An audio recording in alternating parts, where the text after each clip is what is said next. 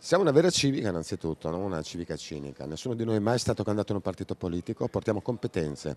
Un imprenditore, un medico, una donna psicologo, una donna architetto, un architetto urbanista e una donna disoccupata, perché vogliamo dare voce anche a chi non trova lavoro e vive nelle case popolari.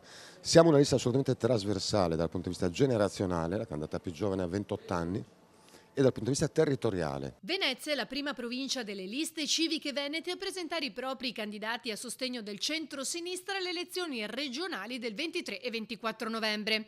Al centro la delicata tematica della sanità. Rappresentiamo Mirano e il miranese che si batterà per il suo ospedale, rappresentiamo il Veneto orientale con i candidati di San Donà di Piave, una consigliera comunale in carica, un assessore in carica a Milano, l'assessore al bilancio, e poi ci sono io, Marco Gasparinetti, consigliere comunale a Venezia.